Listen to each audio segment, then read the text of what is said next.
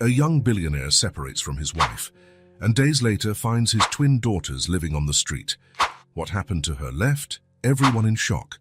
The wall clock read exactly 3:37 p.m.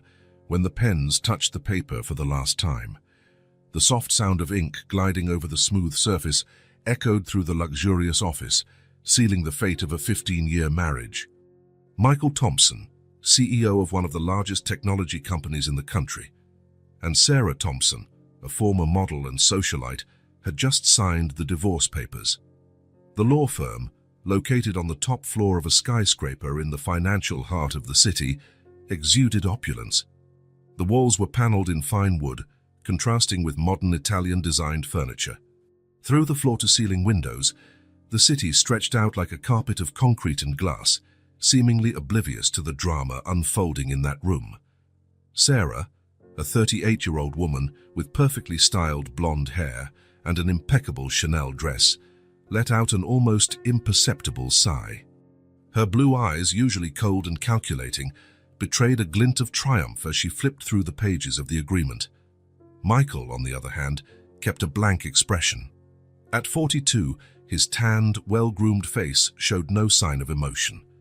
Dressed in a tailored Armani suit, he emanated an aura of control and power, even in this moment of apparent defeat.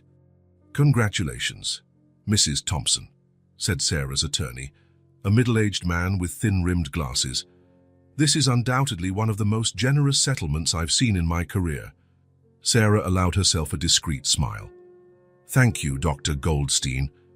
I'm sure Michael understands the value of an amicable separation." Michael tilted his head slightly, his gaze meeting Sarah's for a brief moment.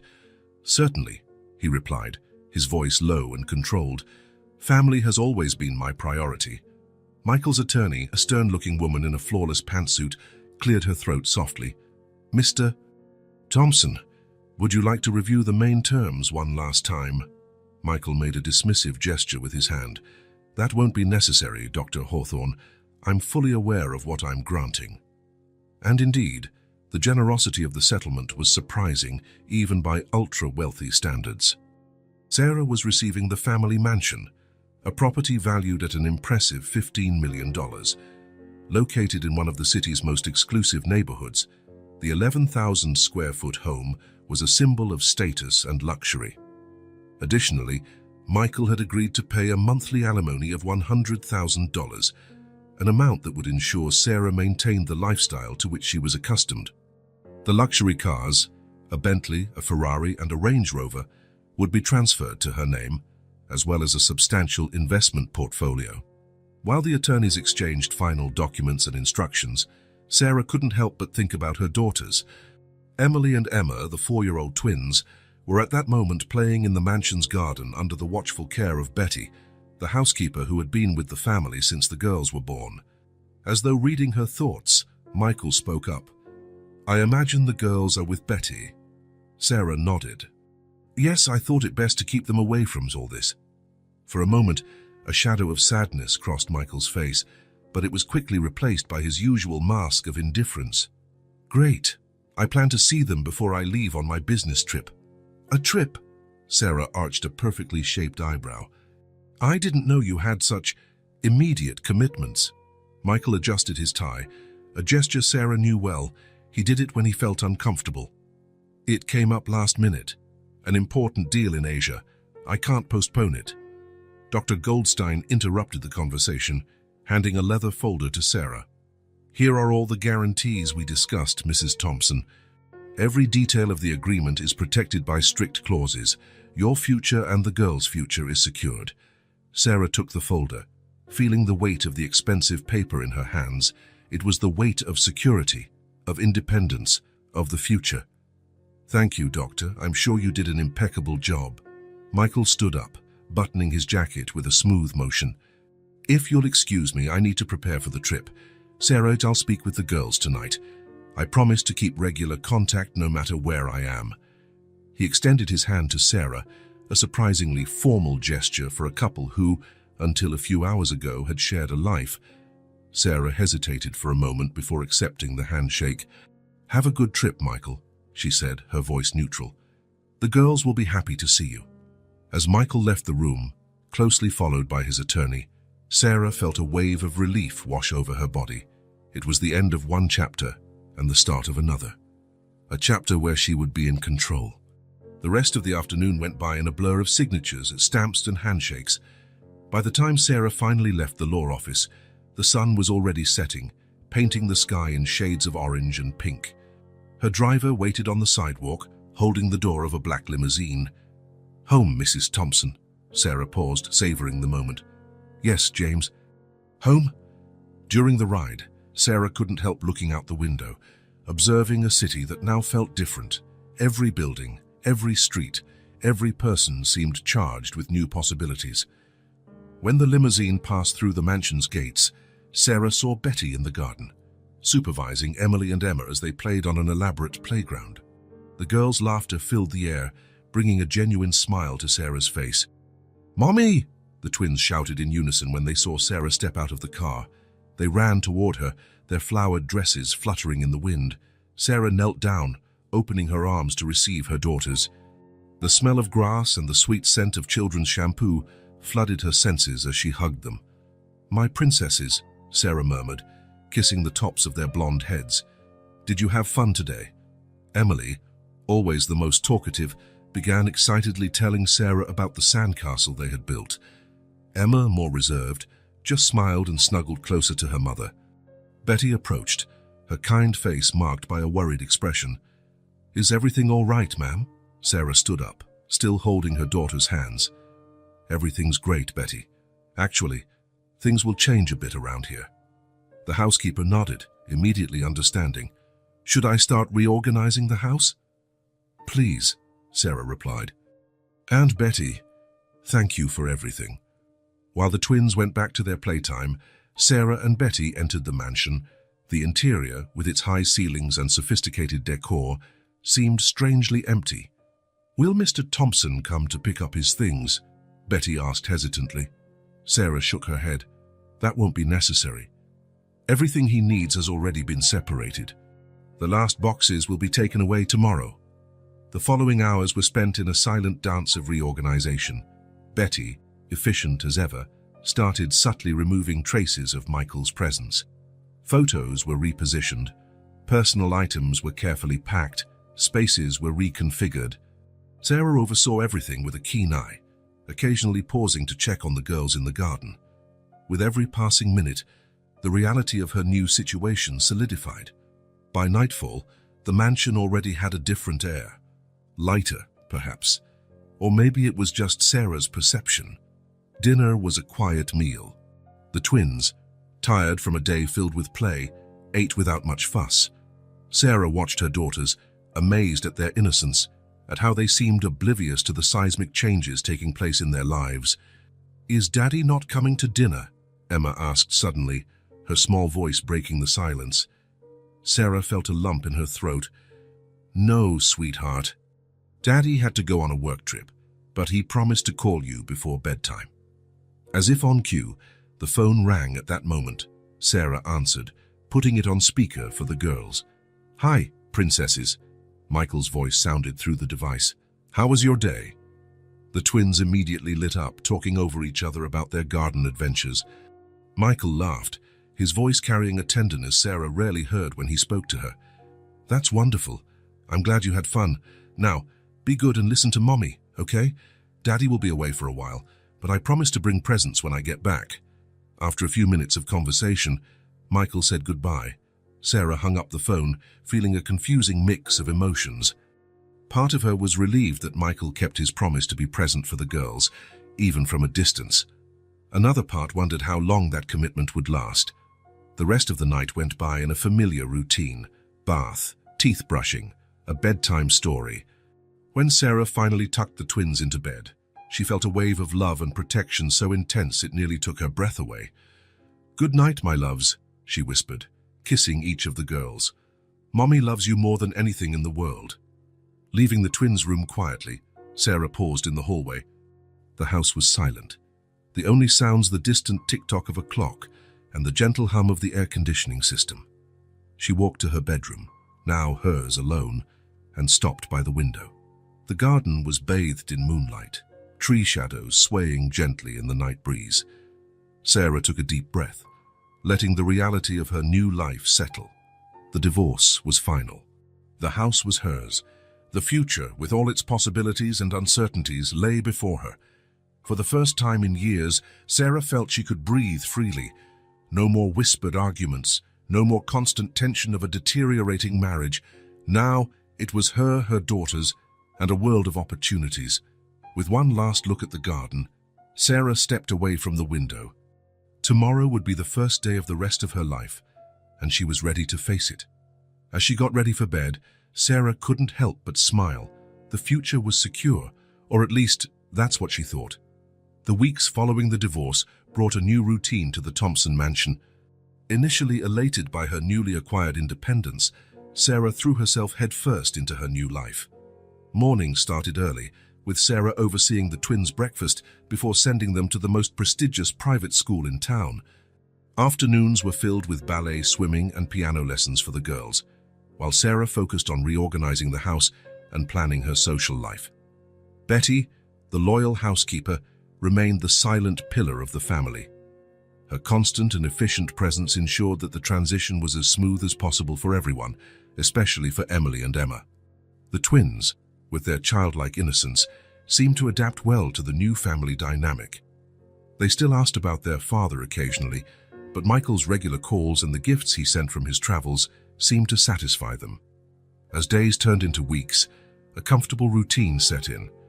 Sarah began to savor her new freedom, making ambitious plans for the future. She considered returning to her modeling career or perhaps starting her own clothing line. The possibilities seemed endless, bolstered by the financial security the divorce settlement provided. It was on a seemingly ordinary Thursday that Sarah's world fell apart. The digital clock on Sarah's nightstand blinked 7:59 p.m. when the mansion's doorbell rang, shrill and insistent. Sarah, who normally slept later, sat up in bed, confused. Betty usually handled any morning visitors. Wearing a silk robe, Sarah went downstairs to find Betty already at the door, talking to a man in a suit. "Mrs. Thompson," Betty called, her voice tinged with worry. "This gentleman says he has important documents for you." Sarah approached, frowning. The middle-aged man with a serious expression extended a folder. "Sarah Thompson?" he asked, his tone professional and distant. "Yes, that's me," Sarah answered, a growing sense of unease in her stomach. "I'm a court officer. I have here an immediate eviction order for this property." Sarah's world seemed to freeze. The words immediate eviction echoed in her mind, at first incomprehensible. "Eviction," she repeated, her voice barely above a whisper. "There must be some mistake. This house is mine. It's part of my divorce settlement." The officer, unmoved, simply handed over the documents. "All the details are here, ma'am. You have until nightfall to vacate the property." With trembling hands, Sarah took the papers. Her eyes skimmed lines containing words like fraud, frozen assets, and ongoing investigation. This can't be right," she murmured, more to herself than anyone else. The court officer, having done his duty, gave a small bow. "I'm sorry, ma'am. I'll need you to sign here, acknowledging receipt of the documents." Mechanically, Sarah signed where indicated. As soon as the officer left, she ran to the study, panic growing with every step. With shaking fingers, she picked up the phone and dialed her bank's number. "Good morning, I'd like to check my account balance, please," she said, trying to keep her voice calm. After a few moments of typing, the operator responded, "I'm sorry, Mrs. Thompson, but all your accounts have been frozen by court order. I can't provide any additional information." The phone slipped from Sarah's hands, landing with a dull thud on the Persian rug. Reality began crashing down on her like an avalanche. No home, no money, no. The first panic attack hit Sarah like a wave, leaving her breathless. Her heart pounded so hard she could hear it in her ears. The world around her began to spin, the walls of the study seeming to close in. Her legs gave way, and she collapsed into the leather chair behind the desk. "No, no, no," she repeated, tears streaming down her face. "This can't be happening." That's how Betty found her minutes later, collapsed over the desk, sobbing uncontrollably, the eviction documents scattered in front of her. "Ma'am, what happened?" Betty asked, alarmed by the scene. Sarah raised her face, eyes red and swollen. "Betty," she managed between sobs, We're being evicted. Everything is gone." The housekeeper froze for a moment, processing the information. Then, with her characteristic efficiency, she quickly moved to Sarah's side, placing a comforting hand on her shoulder. "Breathe, Mum," Betty instructed gently. "We'll sort this out. First, we need to understand exactly what's going on." At that moment, the sound of small footsteps echoed down the hallway. Emily and Emma, drawn by the noise, appeared in the office doorway. "Mommy?" Emily called, her small voice filled with concern. "Why are you crying?" Sarah straightened up quickly, trying to wipe away her tears. "It's nothing, sweethearts," she said, forcing a smile. "Mommy's just a bit emotional today." Emma, always the more perceptive of the two, frowned. "But you look sad, Mommy." Betty quickly intervened. "Girls, how about we go make a special breakfast for Mommy? I think she'd love pancakes with strawberry syrup." The twins, easily distracted by the promise of a treat, nodded enthusiastically and followed Betty out of the office. Before leaving, the housekeeper cast a meaningful look at Sarah, silently promising she would return soon to help. Alone again, Sarah tried to pull herself together. She picked up the phone to call her attorney. The phone rang once, twice, 3 times. Voicemail. She tried again, and again, and again. Nothing. With growing desperation, Sarah tried contacting every lawyer at the firm that had handled her divorce. No one answered. It was as if they had all vanished into thin air. Meanwhile, downstairs, Betty had put the twins in front of a cartoon in the living room. With the girls distracted, she hurried back upstairs, her mind already formulating contingency plans. "Ma'am," Betty said, entering the study, "we need to act fast. If we really have to leave by nightfall, there's no time to lose." Sarah looked at Betty, her eyes brimming with gratitude for the housekeeper's efficiency. "Betty, I don't know what to do. I can't reach anyone. The accounts are frozen and—" "One thing at a time," Betty interrupted gently. "First, we need to secure the essentials. Important documents, jewelry, anything of value we can carry. I'll start packing clothes for the girls." Sarah nodded, thankful someone was taking charge.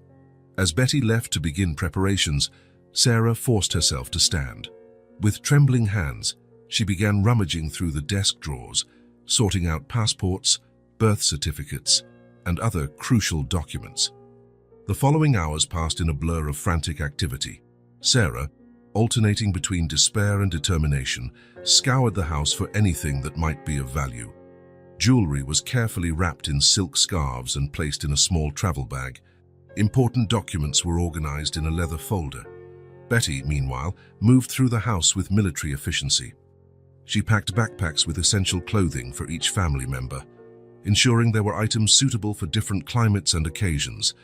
Toiletries, medications, and other indispensable items were meticulously organized. Meanwhile, the twins, oblivious to the chaos unfolding around them, continued watching cartoons in the living room. Sarah took frequent breaks to check on the girls, forcing a smile whenever they looked her way. Each visit tightened the knot in her heart. How could she explain this situation to 4-year-olds? As the afternoon wore on, the reality of the situation grew increasingly palpable. Sarah made another desperate attempt to contact her bank, but she was met with the same cold response. All accounts were frozen. "Betty," Sarah called, her voice trembling. "What are we going to do? Where will we go?" The housekeeper stopped what she was doing and looked Sarah in the eye. "Ma'am, let's handle this step by step. First, we need to leave here. Then we'll find somewhere to stay. I have some savings I can use to help us at first." Sarah felt tears welling up again. "Betty, I can't accept your money. You already do so much for us." "Nonsense," Betty said firmly. "You're my family. We're in this together." By 5 p.m, with the sun beginning to set, the reality of the situation could no longer be ignored. Sarah gathered her courage and called the twins for a talk. Emma," she began, her voice gentle, "we're going on a little—" Adventure. We need to leave the house for a while. The girls looked at her with a mix of confusion and excitement. Like camping? Emily asked, her eyes bright. Sarah forced a smile. Something like that, sweetheart. But we need to be quick. Each of you can choose one toy to take, okay? The twins ran off to their rooms, animatedly debating which doll or stuffed animal to bring. Sarah felt her heart break. How had she let this happen? By 7:30 p.m., night had fallen, and the Thompson family stood on the sidewalk in front of the mansion. 6 suitcases of various sizes surrounded them, containing everything they could salvage from their former lives. Sarah looked at the house one last time, silent tears running down her face. Betty, ever strong, held the twins' hands, the girls beginning to show signs of fatigue and confusion. "Where are we going now, Mommy?" Emma asked, her small voice piercing the quiet night. Sarah swallowed hard. We'll head to a hotel, sweetheart. It'll be fun. You'll see." With suitcases in hand, the small family began walking down the street. Sarah led them to the most luxurious hotel in the city, a place she and Michael used to stay during mansion renovations. The walk was long and tiring, especially for the twins, but the promise of an adventure kept them somewhat cheerful. Upon arriving at the opulent lobby of the Grand Palace Hotel, Sarah felt a thread of hope. Surely, with her reputation and history, they would accommodate her. "Good evening," she said to the receptionist, forcing a confident smile. "I'd like to book the presidential suite, please." The young receptionist smiled back. "Of course, ma'am. It would be our pleasure. May I see your credit card?" Sarah handed over her platinum card with slightly trembling hands.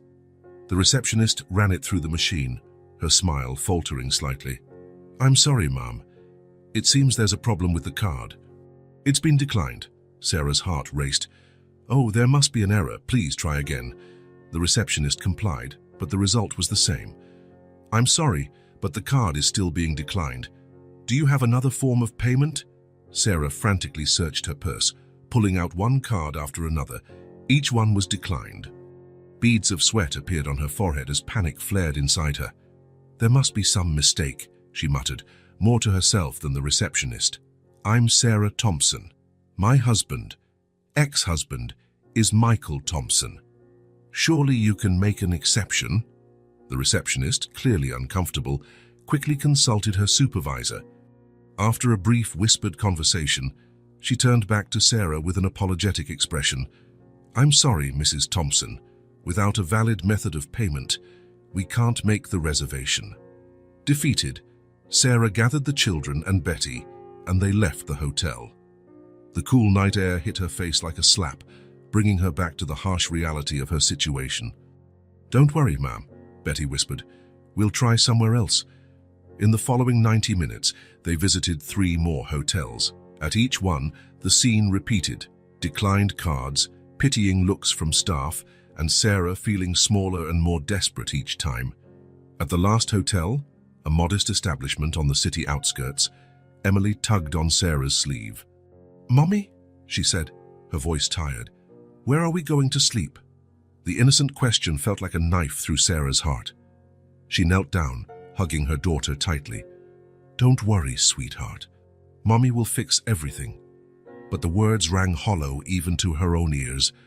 Emma, ever the more sensitive of the two, began quietly crying, the fatigue and confusion finally catching up with her.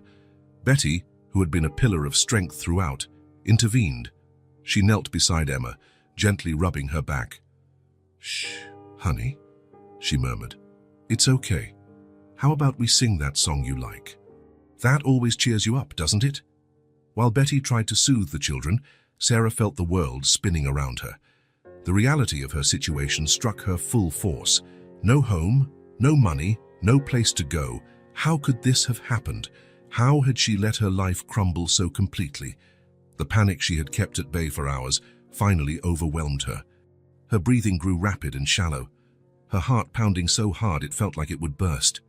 Her legs buckled, and she leaned against a nearby wall to avoid collapsing. "Ma'am!" Betty's voice sounded distant, as if coming through a tunnel. "Ma'am, are you okay?" Sarah couldn't answer. The world around her blurred. The streetlights melted into a wash of colors. Hot tears streamed down her cheeks, but she had no strength to wipe them away. Betty, realizing Sarah's state, acted quickly.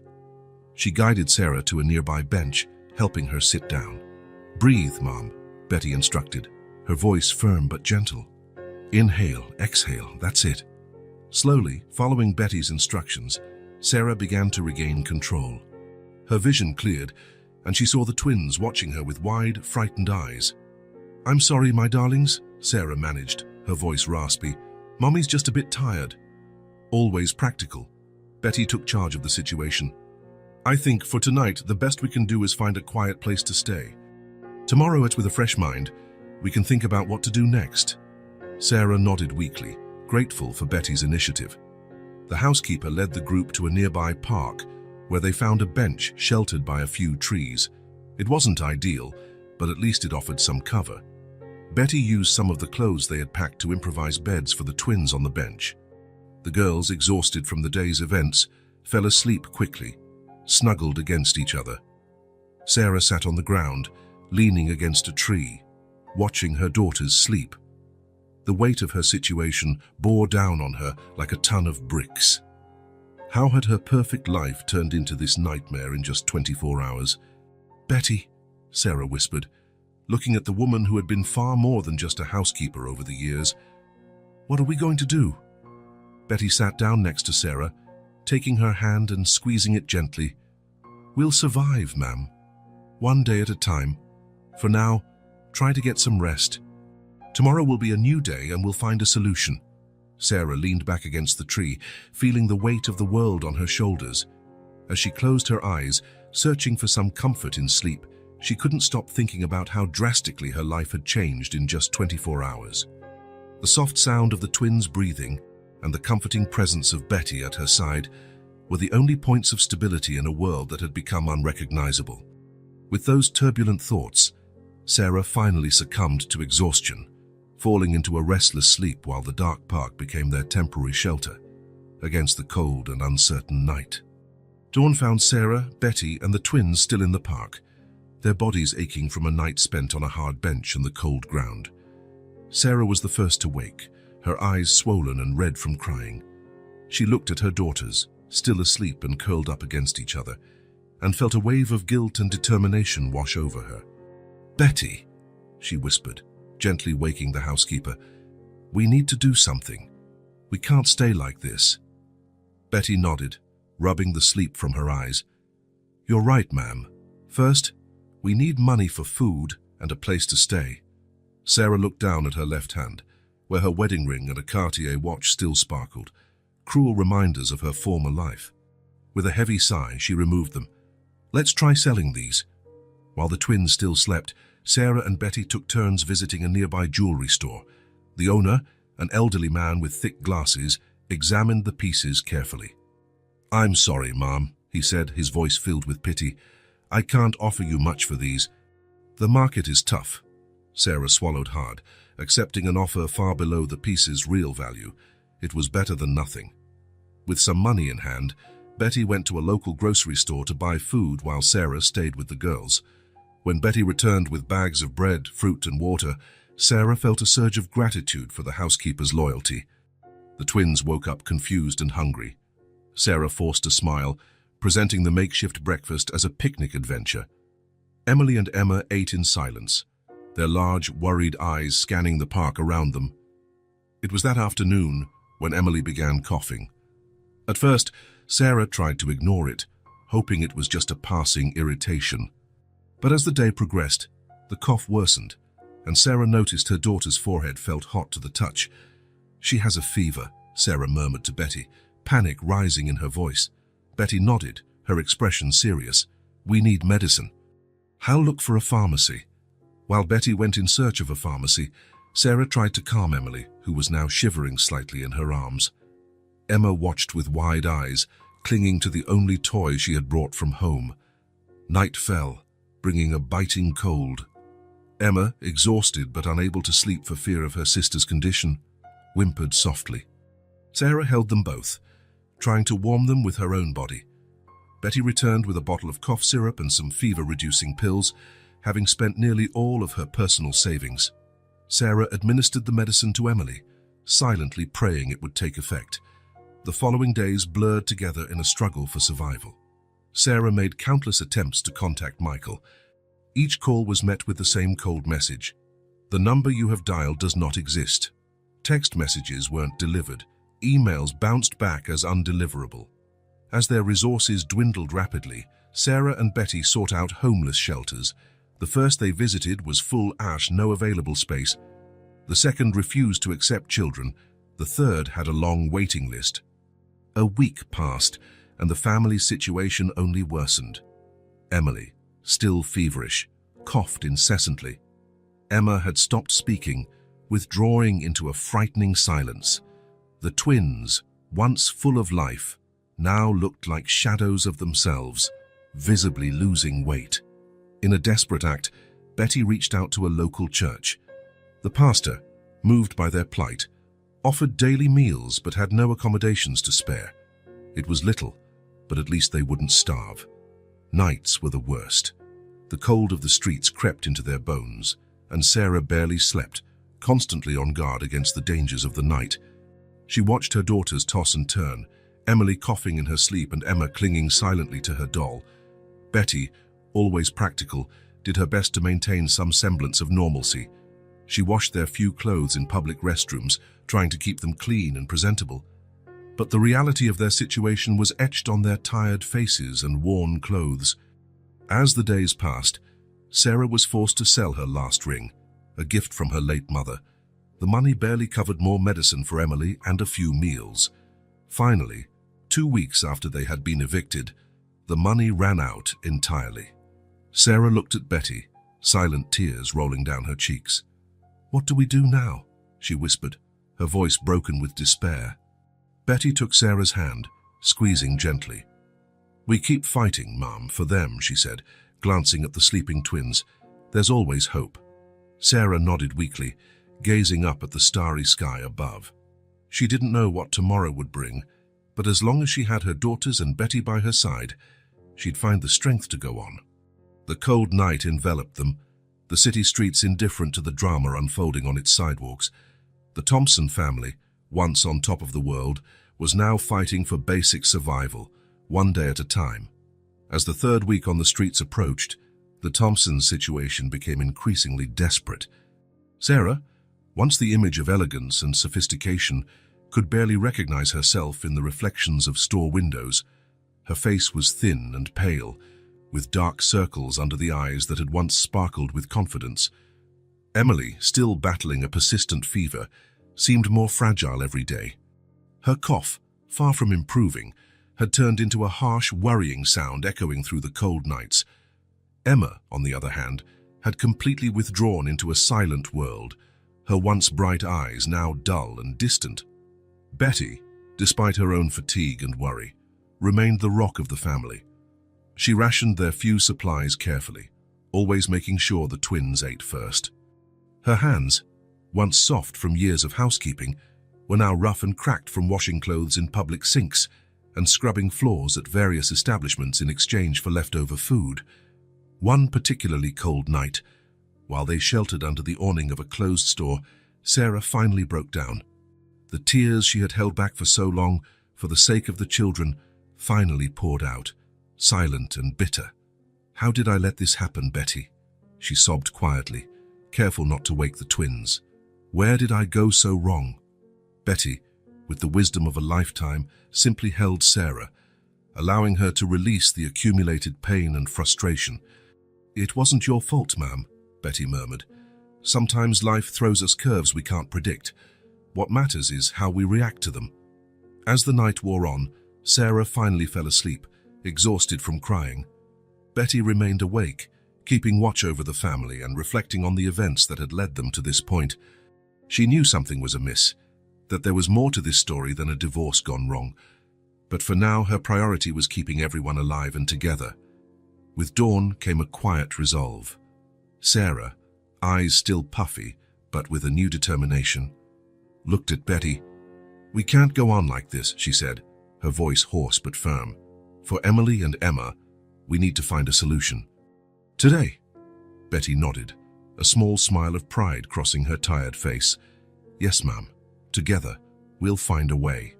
And so, with the first light of day illuminating the city streets, the Thompson family prepared to face yet another day. They didn't know what the future held, but they had one thing, each other, and for now that had to be enough. Michael Thompson's private jet landed at the airport at 11:45 p.m. after a long international trip. Exhausted but satisfied with the deals he had closed, he could hardly wait to get home and see his daughters. The weeks away had been hard, and his attempts to reach Sarah had been frustratingly unsuccessful. As his driver took him through the slumbering city, Michael noticed unusual activity in a nearby square downtown. Groups of people were sleeping on benches and on the ground, huddled under makeshift blankets to shield themselves from the night cold. Something about the scene caught his attention. "Stop the car," he ordered abruptly. Intrigued, Michael stepped out of the vehicle, cautiously approaching the group. His heart nearly stopped when he recognized a familiar figure. Betty, the housekeeper, was sitting on a bench, her tired eyes still vigilant despite her light sleep. Confused and alarmed, Michael moved closer. That's when he saw them. Curled up on the bench, covered by a thin coat, were two small figures he would recognize anywhere in the world. Emily and Emma, his precious twins. Shock paralyzed him momentarily. The girls, usually clean and well-dressed, were dirty and noticeably thinner. Their once round, smiling faces were now pale and marked by exhaustion. Then his eyes fell on Sarah. He almost didn't recognize her. The woman who had once embodied elegance and beauty was now unrecognizable. Thin, haggard, her hair disheveled, sleeping fitfully on the ground beside the bench. "Sarah," Michael called, his voice trembling with shock and disbelief. The sound of his voice woke Betty, who sat up with a start. Her eyes widened at the sight of Michael. "Mr. Thompson," she whispered, incredulous. The movement woke Sarah. She opened her eyes slowly, disoriented by the commotion. When she met Michael's gaze, she blinked several times, as if not believing what she saw. "Michael," she murmured, her voice weak and hoarse. Before Michael could respond, Sarah tried to stand up quickly. But the combination of exhaustion, hunger, and shock was too much for her weakened body. Her eyes rolled back, and she fainted, collapsing into Michael's arms as he rushed to catch her. The noise woke the twins. Emily and Emma looked around, confused and scared. Their gazes landed on Michael, but there was no immediate recognition. "Who are you?" Emma asked timidly, clinging to Betty. Michael's heart broke. His own daughters didn't recognize him. "It's me, Princess's Daddy," he said gently, still holding the unconscious Sarah. Betty, tears in her eyes, began explaining the situation. Her words poured out in a torrent, punctuated by sobs. She told him of the eviction, the frozen accounts, the weeks on the streets. Michael listened, his face growing paler with every revelation. As Betty spoke, the gravity of the situation became clear to Michael. This wasn't a simple misunderstanding or bureaucratic error. It was a carefully orchestrated scheme, executed with surgical precision. "Betty," Michael interrupted gently, "let's get all of you out of here right now. We can talk more once you're safe and comfortable." Carefully, Michael carried Sarah to the car, while Betty guided the sleepy twins.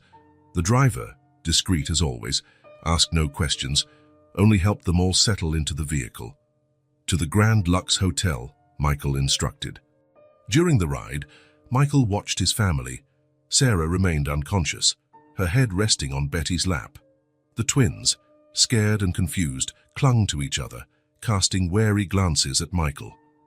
Upon arriving at the hotel, the staff, recognizing Michael immediately, moved with quiet efficiency. Within minutes, the family was settled in the presidential suite. Michael called a private doctor to examine Sarah and the girls, while Betty took a hot shower and finally rested for the first time in weeks. As the doctor cared for his family, Michael locked himself in the suite study. His phone rang non-stop, an endless series of calls to lawyers, investigators, and his security team. In the hours that followed, a grim picture began to emerge. A team of investigators hired at short notice discovered a complex scheme involving 5 shell companies. Perfectly forged signatures had been used to siphon over $50 million into offshore accounts. The pattern of the scam clearly indicated deep inside knowledge of Michael's company. This wasn't planned overnight. Investigators estimated the scheme had been meticulously devised over months, maybe even years.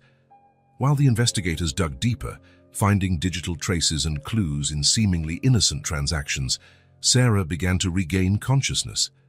Michael was by her side when she opened her eyes, confused and disoriented. "Michael?" she murmured, her voice faint. "Is it really you?" He took her hand gently. "Yes, Sarah, it's me. You're safe now. All of you are." Tears started running down Sarah's face. "The girls, Betty, are they okay?" "They're being taken care of," Michael assured her. "Sarah, I need you to tell me everything that happened. Every detail, no matter how small." Slowly, her voice breaking into occasional sobs, Sarah recounted the events of the past few weeks. As she spoke, details that had once seemed insignificant took on new importance. "There was a man," Sarah suddenly remembered. "He came to the mansion several times in the weeks before the divorce. He said he was a new partner, but something about him bothered me." Michael scribbled frantic notes, his mind quickly connecting dots. At that moment, Betty entered the room, looking more rested but still visibly shaken.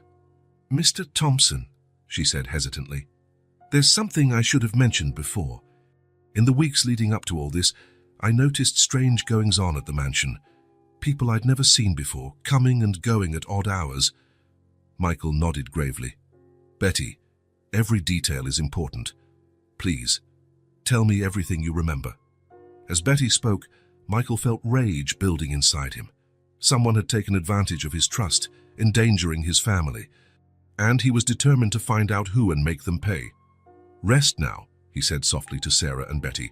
"I promise you, I'll fix this. No one will hurt you again." Leaving the room, Michael glanced at his daughters sleeping on the sofa in the living area.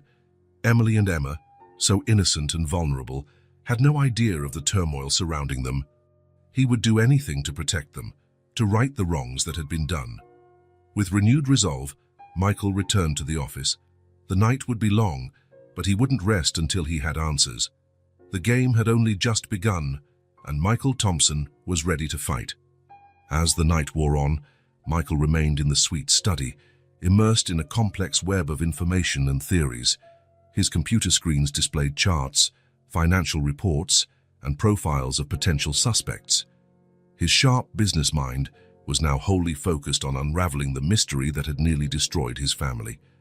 Around 4 a.m., a soft knock on the door broke his concentration.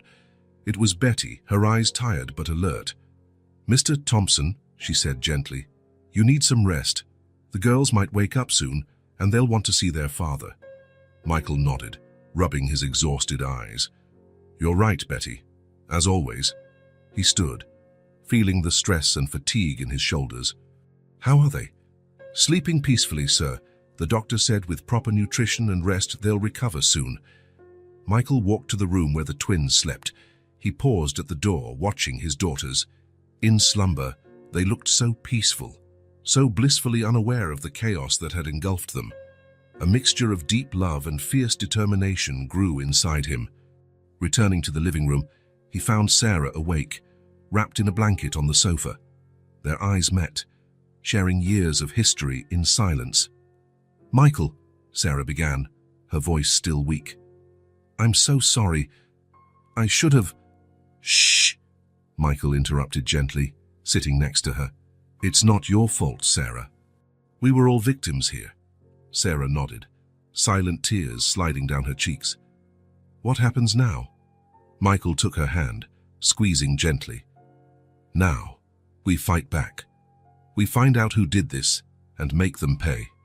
But first, we get you and the girls healthy." As the sun began to rise, painting the sky in hues of pink and gold, the Thompson family slowly gathered in the suite's living area.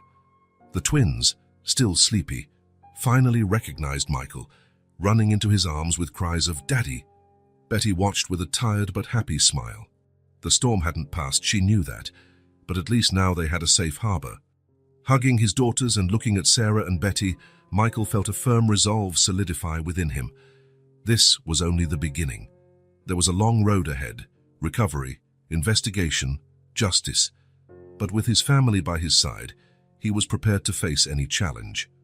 The day was just beginning, and with it, a new chapter in the lives of the Thompsons, a chapter of struggle, discovery, and above all, family unity in the face of adversity. The days following the Thompson family's reunion were a whirlwind of activity.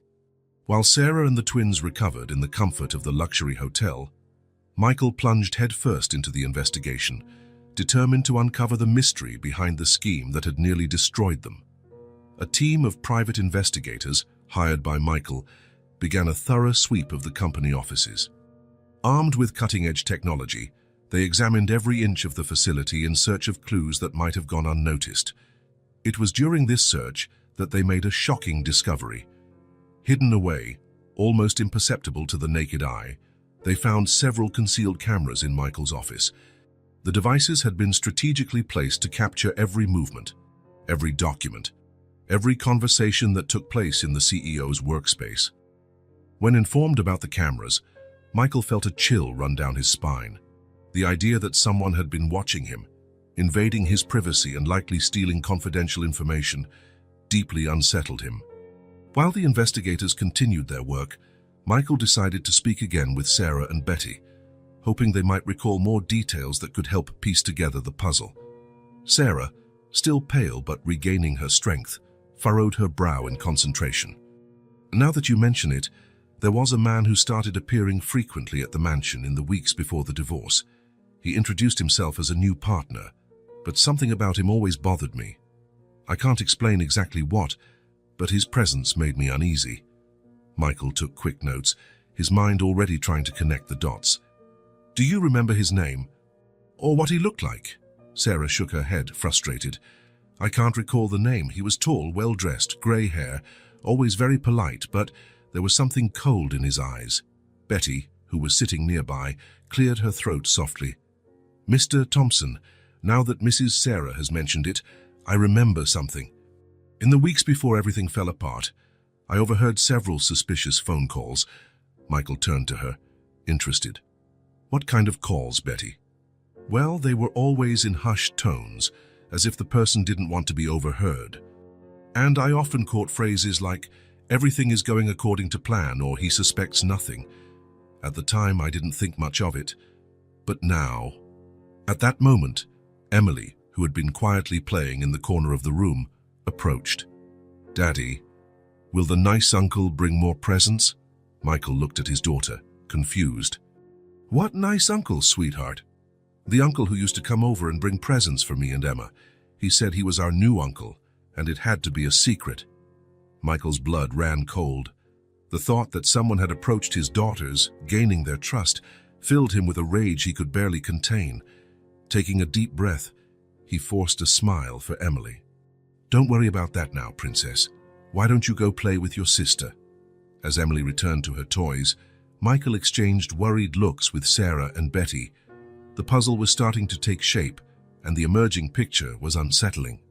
Back in the makeshift office in the hotel suite, Michael met with his investigative team.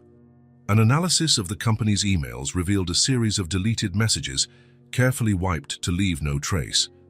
However, using advanced recovery software, a few fragments were retrieved. What they found was alarming. Spyware had been installed on the company's computers, giving someone unrestricted access to all communications and confidential data. Michael felt the weight of realization settling on his shoulders. He had been monitored for months, perhaps years. Every move, every decision, every business strategy, everything had been observed and likely used against him. The legal team, working tirelessly, began reconstructing the timeline of the scam. They mapped every suspicious transaction, every forged document, every odd money transfer. The picture that emerged was one of a sophisticated and meticulously planned operation.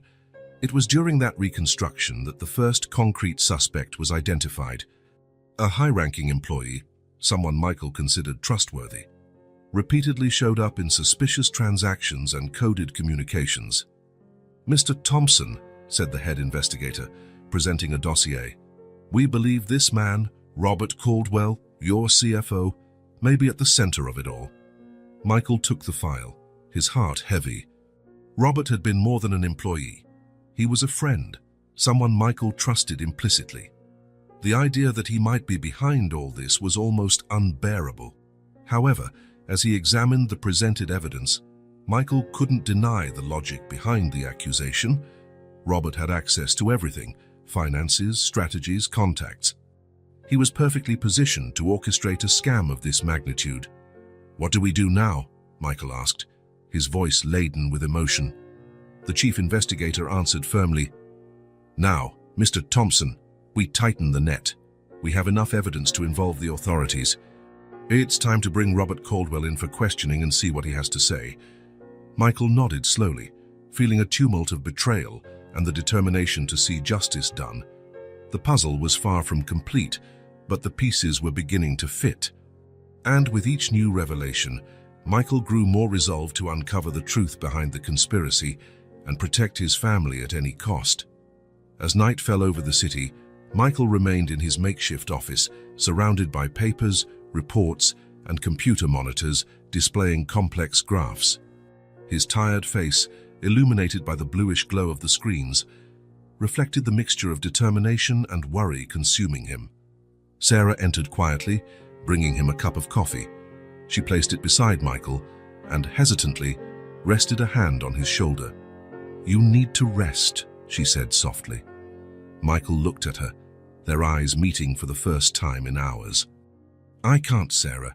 Not until we fully understand what happened. Sarah nodded, understanding. I know, but the girls have been asking for you. They need their father, Michael. We all do. Those words seemed to pierce through Michael's fog of concentration. He stood up, rubbing his tired eyes. You're right. Let's go see the girls, and then we'll come back to this tomorrow with fresh eyes. As they walked together toward the twins' room, Michael felt the weight of the last few days on his shoulders. The puzzle was far from complete, but the pieces they had revealed painted a disturbing picture of betrayal and greed. The twins, Emily and Emma, were sitting on their beds, faces lighting up when they saw their parents. For a moment, all the complexities of the adult world vanished, and Michael found himself enveloped in warm hugs and childish laughter. In that instant, looking at his reunited family, Michael felt a resolution form within him. No matter how difficult it was, no matter who he had to confront, he would uncover the truth and protect those he loved. The puzzle wasn't complete yet, but Michael Thompson was determined to find every missing piece wherever they might be hidden. The battle was just beginning, and he was ready to face it head-on. The following morning brought new urgency for the Thompson family. After a restless night's sleep, Michael made the difficult decision to admit Sarah to intensive treatment. The private physician, Dr. Jameson, had expressed serious concerns about her health after weeks of hardship. Mr. Thompson, Dr. Jameson explained gravely, your wife is suffering from severe malnutrition and post-traumatic stress. She needs constant medical care to fully recover. Sarah, though reluctant to be separated from her daughters, agreed after much insistence. Promise me you'll take good care of the girls, she whispered to Michael as she was taken by wheelchair to the ambulance. Michael held her hand, nodding solemnly. I promise, Sarah. Just focus on getting better. With Sarah on her way to the hospital, Michael turned his attention to the twins. Emily and Emma underwent a full medical examination. The pediatrician, Dr. Martinez, checked everything from their nutritional levels to possible after-effects of living on the streets. Physically, they're malnourished, but they'll recover quickly with a proper diet, Dr. Martinez explained. However, I'm more concerned about the psychological impact of this experience. Following the doctor's advice, Michael hired Dr. Lily Chen, a renowned child psychologist, to assess the girls' emotional state. Dr. Chen spent hours with Emily and Emma, using games and drawings to help them express their feelings. Mr. Thompson, Dr. Chen said after the initial session, your daughters are incredibly resilient. However, they've gone through significant trauma. I recommend regular sessions to help them process this experience. Betty, The loyal housekeeper, who had been the family's pillar of strength during the crisis, also received medical attention. Michael insisted she undergo a full checkup and arranged for therapeutic massages to relieve the physical and emotional stress she had endured. "Betty, I don't know how to thank you for everything you've done," Michael said, his voice thick with emotion. Betty gave a tired but affectionate smile. "There's no need for thanks, Mr. Thompson. This family is my family." While his family received the care they needed, Michael found himself torn between the hospital and the ongoing investigations. He spent mornings with Sarah, updating her on the girl's progress and discussing the latest developments in the case. Afternoons were dedicated to the twins, attending their therapy sessions and ensuring they felt safe and loved. Nights, however, were consumed by endless meetings with investigators, lawyers, and company executives. Thompson Corp had initiated a full internal audit, sifting through every transaction, every contract, every email in search of clues. "Mr. Thompson," reported the head auditor, "we've found significant discrepancies in our offshore accounts. It appears someone has been diverting funds for months, possibly years." Michael's legal team worked tirelessly to begin asset recovery. It was a Herculean task, tracking down hidden bank accounts and untangling a complex web of fraudulent transactions. "We've managed to freeze several suspect accounts," Chief Attorney Sandra Lopez informed, "but we're dealing with a sophisticated scheme. It will take time to recover everything." With the evidence mounting, Michael decided to officially involve the police. Detectives from the Financial Crimes Unit raided Thompson Corp offices, collecting evidence and interviewing employees. "Mr. Thompson," said Detective Johnson, leading the police investigation, "based on preliminary evidence, we're treating this as a large-scale corporate fraud case. We'll need your full cooperation." Michael nodded gravely. "You'll have everything you need, Detective. I want those responsible brought to justice." As the investigation gained momentum, the media began sniffing around. Rumors of trouble at Thompson Corp started circulating, and soon reporters were camped outside the company building, hungry for any information. "Scandal at Thompson Corp. CEO a victim of multi-million-dollar fraud," blared the local paper's headline. Aware of the need to control the narrative, Michael called a press conference. Standing before a packed room of journalists, he made a carefully crafted statement. "We have recently discovered evidence of fraudulent activities within Thompson Corp. We are fully cooperating with the authorities to identify and prosecute those responsible. I ask that you respect my family's privacy during this difficult time. Thank you." The journalists' questions echoed throughout the room, but Michael swiftly departed, leaving his press secretary to handle the details. Back at the hospital, Michael found Sarah looking stronger, sitting up in bed and flipping through a magazine. Her face lit up when she saw him. "How did things go today?" she asked, noticing the dark circles under Michael's eyes. He sighed, sitting beside her. "Complicated, but we're making progress. How are you feeling?" Sarah took his hand, squeezing gently. "Better. The doctors say I'm responding well to treatment. Michael, we're going to get through this, aren't we?" Michael gazed into his wife's eyes, seeing the same determination he felt inside. "Yes, Sarah. Together, we'll get through this. And we'll come out stronger on the other side." As the sun set over the city, casting a golden glow through the hospital window, Michael and Sarah remained hand in hand, drawing strength from one another for the challenges still ahead. The recovery would be long and difficult, but for the first time in weeks, there was a glimmer of hope on the horizon. That night, after leaving Sarah to rest at the hospital, Michael returned to the hotel where the twins were staying. He found Emily and Emma already in pajamas, quietly playing with a few new dolls Betty had bought for them. "Daddy!" they cried in unison, rushing to hug him. Michael knelt down, hugging them tightly. "Hi, my princesses. How was your day?" "Doctor, Lily made us draw today," Emily said, her eyes shining. "I drew our family." "And I drew a castle where we all live," Emma added shyly. Michael felt a lump in his throat. Despite everything they'd been through, his daughters still found joy and hope. "That's wonderful, girls. Tomorrow you can show me those drawings, Anne, okay?" After putting the twins to bed, Michael found Betty in the suite's living area. "How are they really?" he asked, his voice low to avoid waking the girls. Betty sighed. "They're strong, Mr. Thompson, but they still have nightmares sometimes, Dr. Chen says it's normal and will take time." Michael nodded, feeling the weight of responsibility on his shoulders. "And how are you, Betty?" The housekeeper offered a tired smile. "Better, thank you. The massages helped a lot." Michael placed a comforting hand on Betty's shoulder. "I don't know what we would have done without you, Betty. Thank you for everything." After Betty retired to her room, Michael was left alone in the suite's living area, replaying the day's events in his mind: the investigation, the media, Sarah's treatment, the twins' recovery. It all felt overwhelming. He walked to the window, looking at the city lights twinkling below. Somewhere in that concrete jungle were the answers he sought, the people responsible for nearly destroying his family. Michael clenched his fists, feeling a renewed determination. No matter how long it took, no matter how difficult it was, he would find the truth. He would see justice done, and above all, he would protect his family. With that thought, he headed to his makeshift bedroom, knowing that the next day would bring new challenges. But for the first time in weeks, Michael Thompson slept with a sense of purpose and hope. Recovery had begun, and he was determined to guide his family through it, no matter the cost.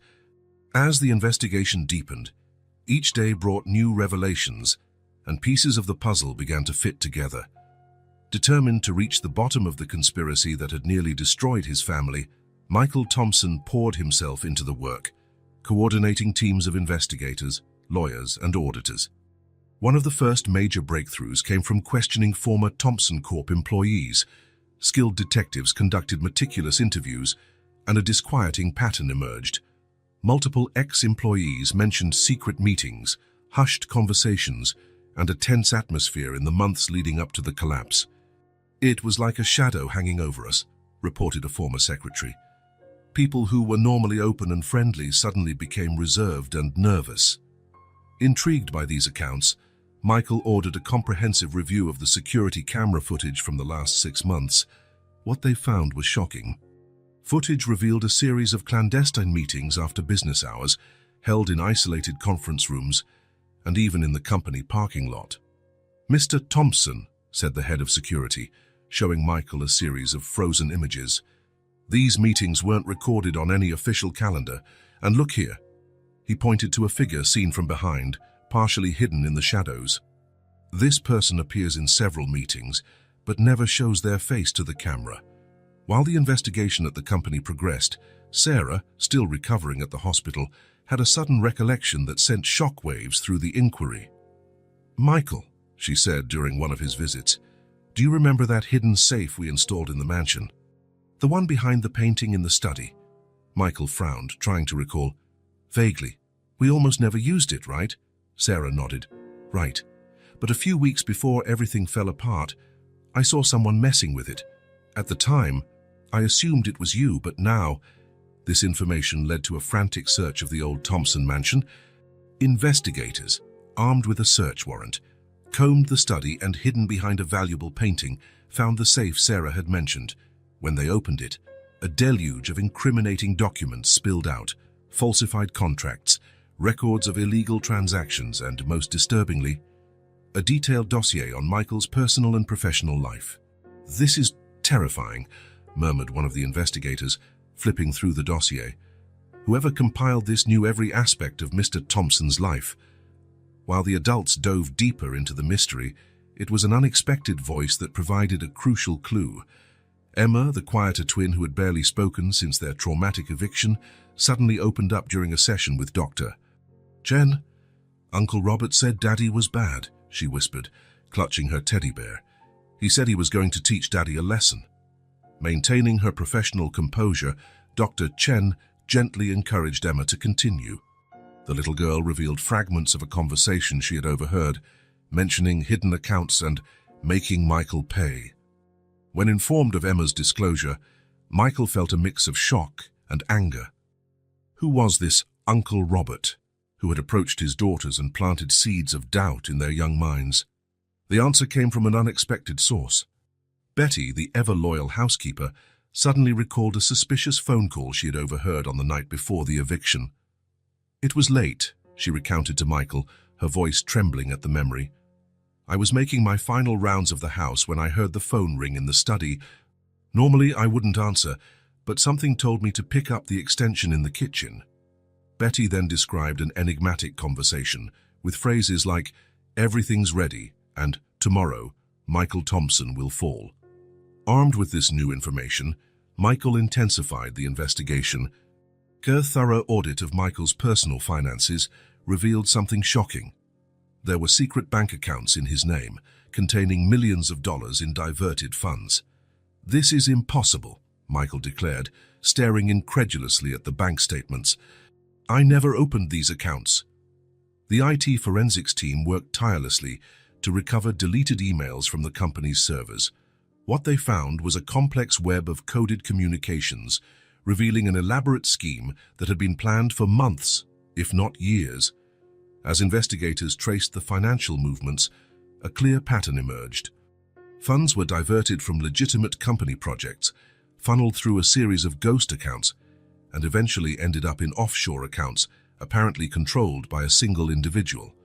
With all these pieces coming together, the criminal's identity began to take shape.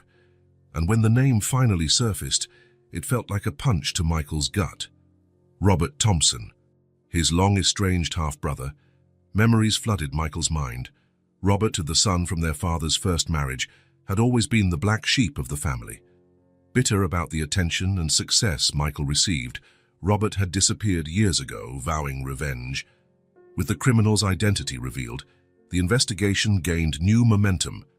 Concrete evidence was quickly gathered, linking Robert to all the fraudulent transactions, the secret accounts, and the corporate espionage scheme. The federal police, now fully involved in the case, launched simultaneous raids on multiple locations, offices, residences. Even a private hangar was searched for evidence. Realizing the net was closing in, Robert attempted a desperate escape.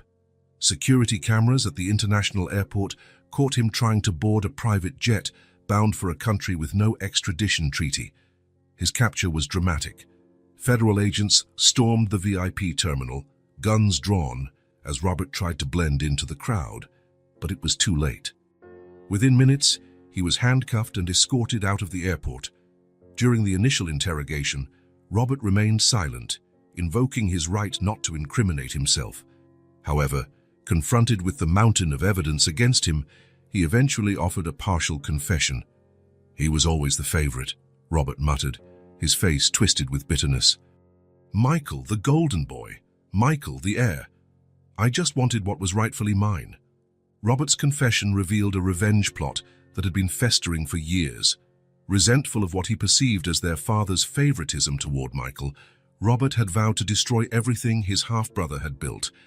With Robert in custody, authorities began a massive effort to track and freeze assets. Bank accounts were blocked, properties seized, and assets around the world were frozen.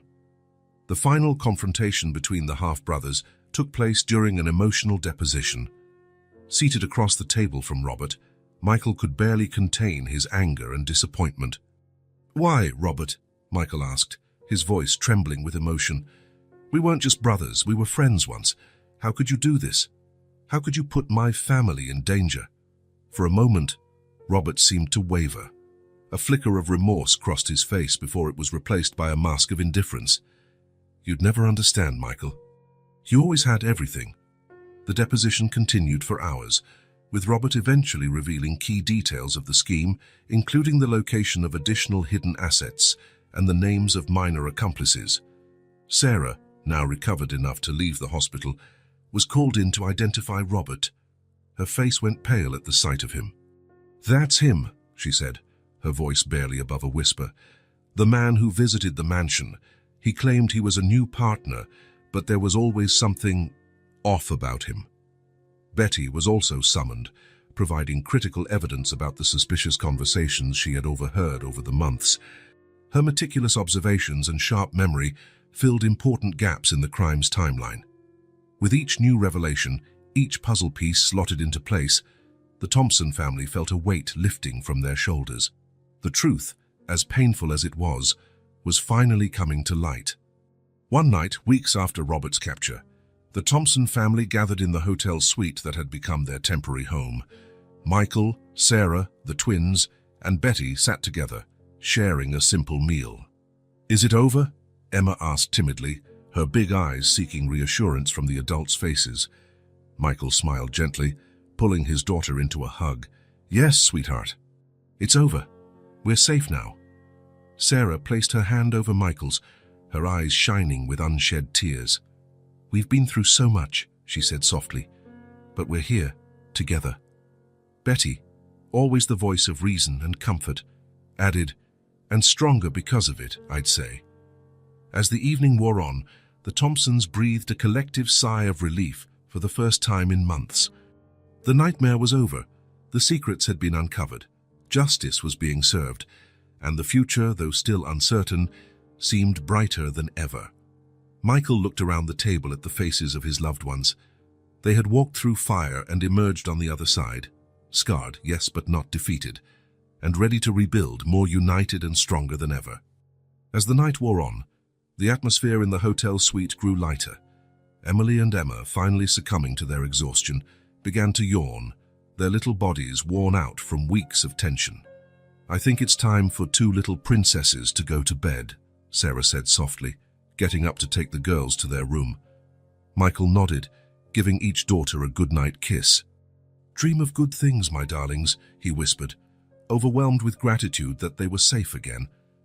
After Sarah returned from tucking in the twins, she, Michael, and Betty remained seated in a comfortable silence, each lost in their own reflections. "You know," Betty began, breaking the silence, "in all my years working, I never imagined going through something like this, but I never doubted we'd overcome it." Michael smiled at the housekeeper, who had long ceased being just an employee. "Betty, you're part of this family. We wouldn't have made it without you." Sarah agreed, holding Betty's hand. "How saved us, Betty. We'll never be able to thank you enough." Betty wiped away a stubborn tear. "No need for thanks. You're my family." Michael stood and walked to the window. The city lights glittered outside, full of life and possibility. "Tomorrow," he said, turning to Sarah and Betty, "we start rebuilding. It won't be easy, but together we can handle anything." Sarah joined him by the window, resting her head on his shoulder. "Together," she repeated softly. As the clock ticked into a new day, the Thompson family, Michael, Sarah, the twins, and Betty, stood united, stronger than ever.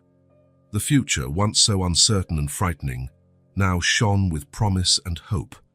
And so, with hearts full of gratitude and renewed determination, they prepared for the next chapter of their lives, knowing that, no matter what came, they would face it together. In the weeks that followed the resolution of the case, the Thompson family began taking their first steps toward normalcy. The first major change came with the decision to leave the hotel that had been their temporary home. After a careful search, they found a cozy house in a quiet suburban neighborhood. Moving was an emotional process. Each unpacked box and piece of furniture placed symbolized a new beginning. The twins, Emily and Emma, ran excitedly from room to room, choosing their new bedrooms and planning how they would decorate them. Sarah spent hours organizing the kitchen, arranging dishes and silverware with near reverential care. For her, every item represented the stability they had lost and were now reclaiming. Betty, as always, supervised everything with loving efficiency, ensuring every detail was perfect for the family she loved so much. Michael, for his part, spent long moments standing on the back porch, gazing at the well-kept lawn and quiet neighborhood. It was a stark contrast to the chaos of recent months, and he found himself taking deep breaths, as if trying to absorb the peace around him. At night, after the twins went to bed, Michael and Sarah would sit in the living room, speaking quietly about the future. These conversations, once dominated by business and social obligations, now revolved around values, purpose, and the true meaning of family. "I never want to lose sight of what really matters," Michael said one night, holding Sarah's hand. "Money, status, none of that means anything if we don't have each other." Sarah nodded, tears shining in her eyes. "I agree. We've been through so much. It's time we redefine our priorities. One of those priorities was the girls' well-being. With Dr. Chen's support, who had been working with them since the beginning of the crisis, Emily and Emma were carefully reintroduced to their school routine. Understanding their unique situation, the school provided extra psychological support. A guidance counselor was assigned to monitor their progress and offer help whenever needed. In the early days, there were moments of anxiety. Emma, in particular, was reluctant to be away from her parents, but with patience, love, and the constant support of those around her, the twins slowly began to readjust. Amid all these changes, the Thompson family made a decision that had long been on their hearts. In an intimate and emotional ceremony, Betty was formally adopted into the family. "Betty," Michael said, his voice thick with emotion, "you've been part of this family for years. But today we want to make it official. You're not just our housekeeper. You're our guardian, our savior, our family." Betty, usually so composed, couldn't hold back her tears. "You are my family," she whispered, hugging them all. "You always have been."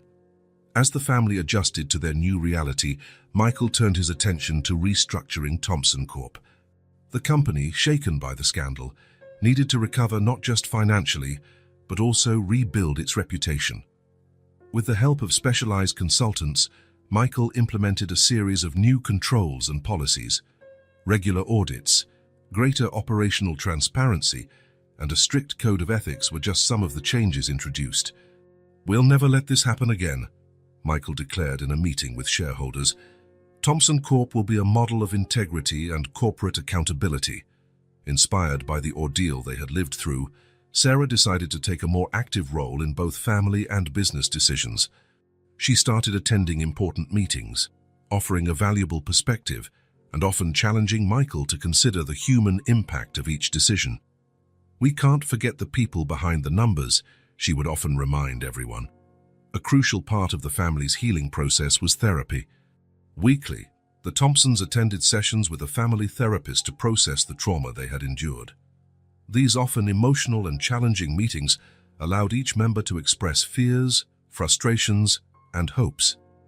During one such session, Emily spoke openly for the first time about the fear she felt living on the streets. "I thought we'd never have a home again," she admitted, her small voice steady but brave. Listening to his daughter's account, Michael made an important decision. He began implementing significant changes to his work routine. Non-essential meetings were delegated, business trips were reduced, and he made a conscious effort to be home every night for family dinner. As weeks turned into months, subtle but significant signs of emotional recovery began to appear in the twins. Emma, who had become so quiet, returned to singing her favorite songs while she played. Emily, on the other hand, started drawing cheerful family scenes, quite a contrast to her earlier, darker artwork. Betty, inspired by everything they had gone through, decided to broaden her horizons. With the family's full support, she enrolled in a social work course at the local university. "I want to help other families who are going through hardships," she explained. "I know how much a little help can mean." Betty's decision triggered a wave of change within the Thompson family. Seeing her enthusiasm, Michael further reduced his work hours, prioritizing time with the family above all. "Life is too short and precious to spend entirely in the office," he reflected. Meanwhile, Sarah found a new calling. Inspired by her own experience living on the streets, she launched a project to support homeless families. Partnering with local organizations, she began providing not only material resources, but also guidance and emotional support for those facing circumstances similar to what her family had gone through. The twins, observing the examples set by their parents and Betty, expressed a desire to help as well. With careful guidance, Emily and Emma began participating in a program assisting underprivileged children, offering friendship and companionship to other kids who had experienced trauma. Betty, balancing her studies with her love for the Thompson family, took on a leadership role in Sarah's social project. She coordinated volunteers, organized fundraisers, and offered the practical guidance only someone with her background could provide. As they immersed themselves in this work, the Thompsons gained a new understanding of the value and purpose of life. Dinner conversations, once dominated by business and social events, now centered on how they could make a difference in others' lives. At Thomson Corp, Michael implemented even stricter ethical policies. The company became known not only for its financial success, but also for its commitment to corporate social responsibility. "Our success means nothing if we can't use it to improve the world around us," Michael would often say in board meetings. Inspired by her journey, Sarah began speaking publicly about resilience and overcoming challenges. Her heartfelt, emotional talks about the weeks on the streets and the subsequent rebuilding of their lives deeply moved audiences. She became a powerful voice for those facing adversity, offering hope and practical advice. The twins, now nearing 6 years old, showed empathy and understanding beyond their years. Emily, once shy and reserved, was now the first to comfort a sad classmate. Emma, for her part, organized a toy drive at her school for less fortunate children. "I'm so proud of them," Sarah told Michael one night, watching the girls sleep peacefully.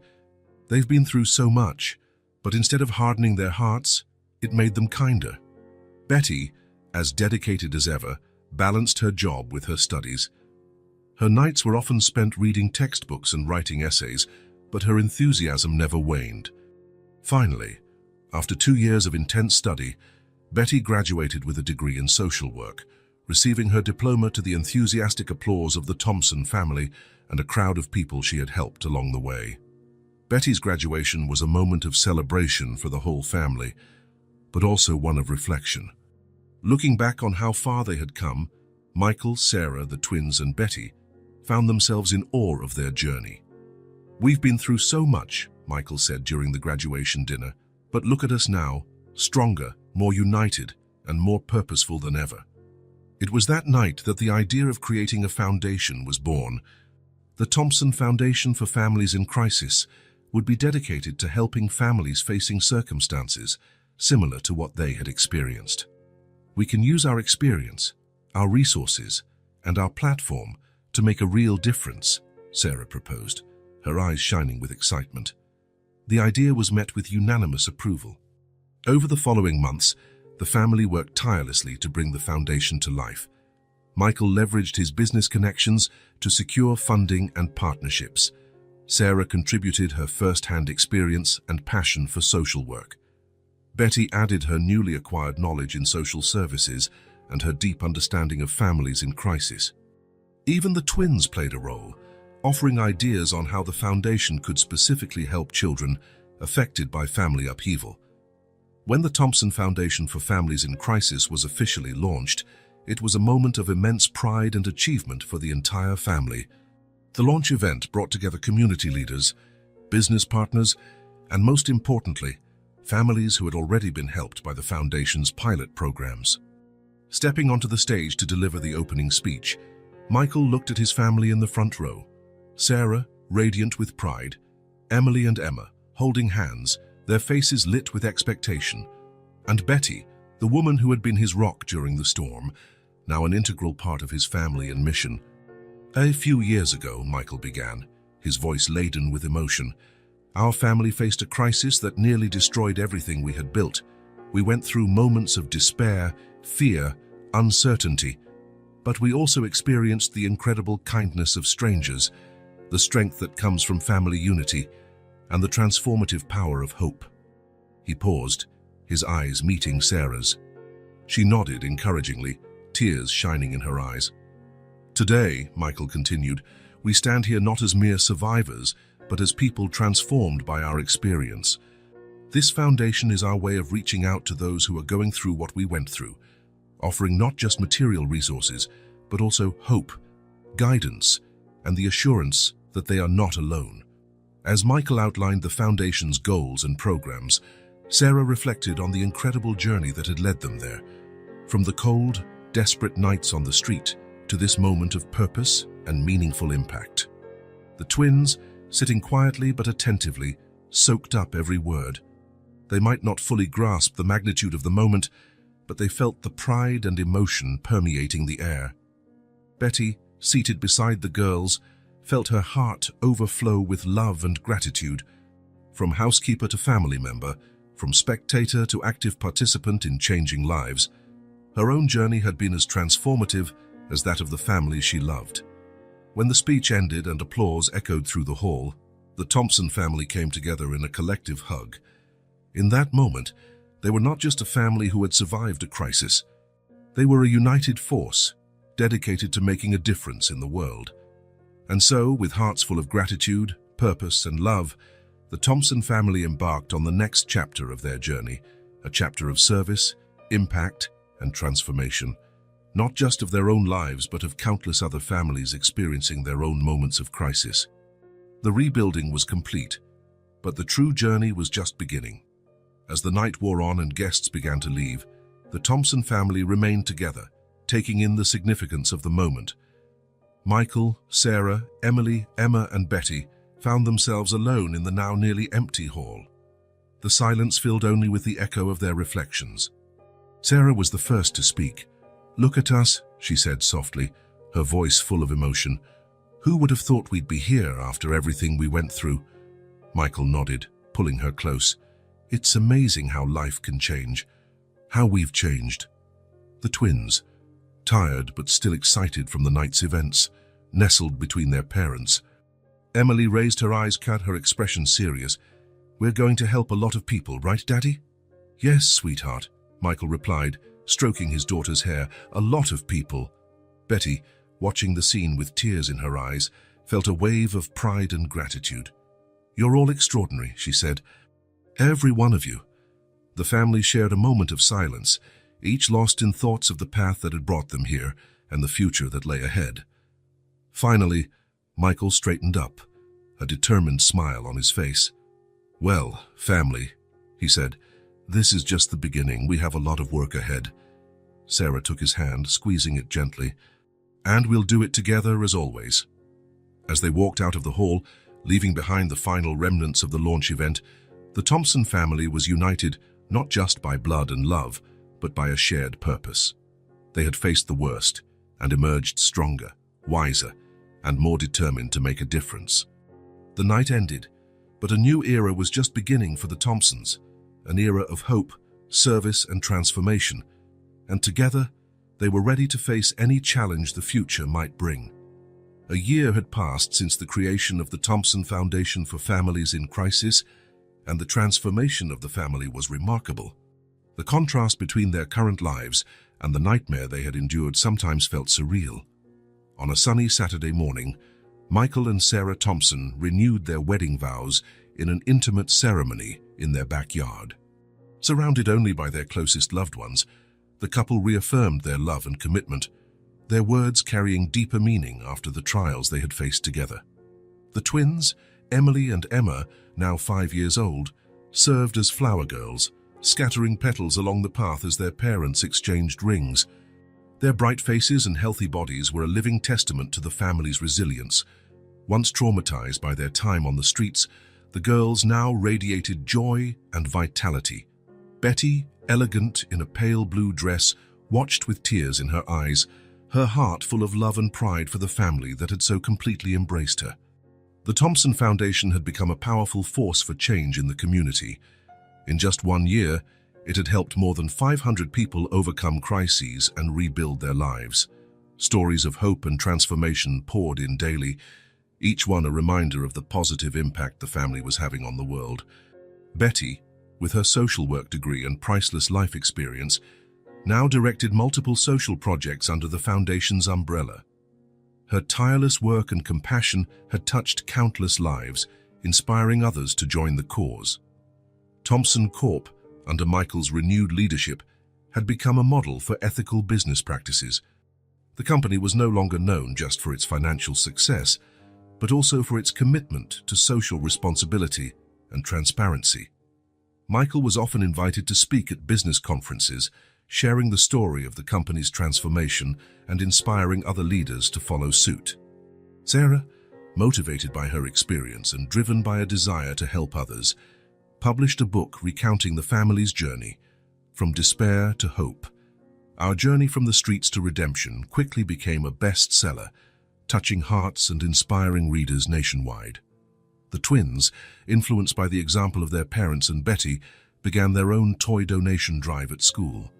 What started as a small classroom project soon grew, involving the entire school community. Emily and Emma led the effort with contagious enthusiasm, their past struggles giving them extraordinary empathy for others' needs. The Thompson family had adopted a life philosophy centered on gratitude and service. Every meal began with a moment of thanks, not only for the blessings in their lives, but also for the opportunity to make a difference in the lives of others. Their weekends were often spent volunteering, with the twins playing an active role alongside their parents and Betty. One Friday evening, the family gathered for their traditional weekly dinner.